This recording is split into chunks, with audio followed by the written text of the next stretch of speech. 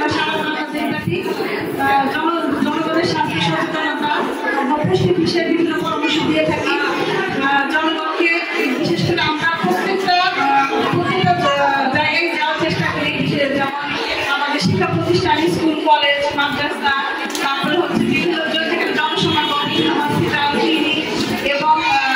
যেখানে আমরা জনগণের একটা জনসমাগম হয় সেখানে আমরা বিভিন্ন সময়ে বিভিন্নভাবে আমরা পুষ্টি ফাউন্ডেশনের পক্ষ থেকে